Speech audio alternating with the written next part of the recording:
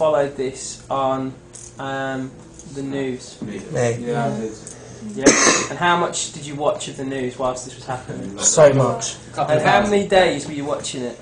Every day it was on. I was on holiday. No, I would do this if I was making this documentary. I would use the timeline of events as the structure for your documentary. Oh, like day one. So, day one, this happened, and then you have interviews with people that you cut to all around. So how day one transpired, day two, day three, day four. I think that would be a really interesting way of doing this. Kind of like a docu-film.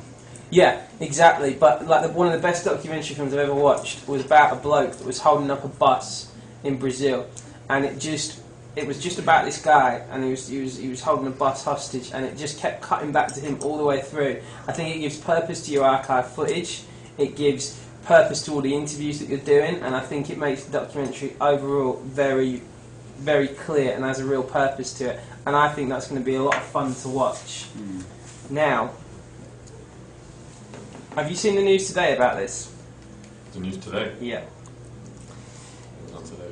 They've released around about just over 200 more images of people who were involved in the riots. The key issue for you with your documentary is to keep it very much within the law. There's a lot of ongoing prosecutions occurring with this, and if you put this on YouTube, which you will, you need to be very careful. And I mean, I'm not talking in some sort of possible way that Ofcom might attack you. From a legal perspective, if you put something on YouTube, you need to make sure that the people that you've got on YouTube have already been convicted or aren't in trouble. Otherwise, that footage that you put on YouTube could, I'm not saying will, but could feasibly be used in prosecutions that are going on at the moment. And you actually open yourself up personally to being held in contempt of court. Now, this isn't something where we're kind of playing around with the regulations here. This is an actual legal fact. At the moment in this country, there are hundreds of court cases going on around this issue, and you need to be very careful where you stand in terms of the law on this, because and this isn't you know, sort of just for the sake of fulfilling guidelines. You actually do put yourself in an awkward legal position. So that's something you need to be very, very careful about. All right. How do you think it's going to appeal to young people more than Panorama? Anyone can answer this question.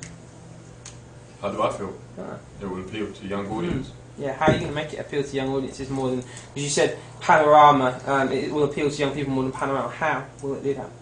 I feel this is going to be about more of the young audience and getting some of the young audience were involved in, such as like 11-year-old kids were involved, and that's just pointless.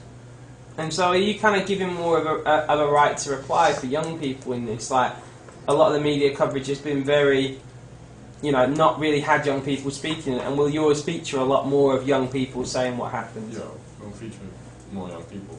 Okay. I think a lot of the stuff that is on it is very youth negative. It's all, oh, it was the kids that did that, or... Yeah. Fair enough, like, I'm not going to deny there was a lot of young kids that went out and did that, but at the same time there was parents that went out with their families, and like at the end of the day, not saying the kids were in the right in any way, but like they're kids at the end of the day. In the eyes of the law, they still would have been treated differently to an adult, and because it goes under something that they're not mentally capable of understanding what they're doing. That's what it is. But an adult obviously is. But then why was everything, oh, it's kids doing this, when there was, in some of the shots that I saw on the news things, it was clearly the people walking behind them were adults, and you were there going like... You don't want to prove that it's not only the young audience that were involved. Maybe there's more old people involved, but like there's more mature. There's loads of mature young people out there, like ourselves. Okay. I think the other thing is we probably do need more interviews, and you need to be contacting those people now. All right. All right. Anybody else? Any questions, comments, anything else? No. Oh, Who could you interview instead of David Lammy if you can't get him? There's one of Boris Johnson's I forgot his name. I'd try if you can't get anybody else, just try get a representative from Hackney Council because you'll probably get that. Like it'd be likely that you would get that. So just make sure where you can go with, see who you can get. Yeah. Okay, cool. Right.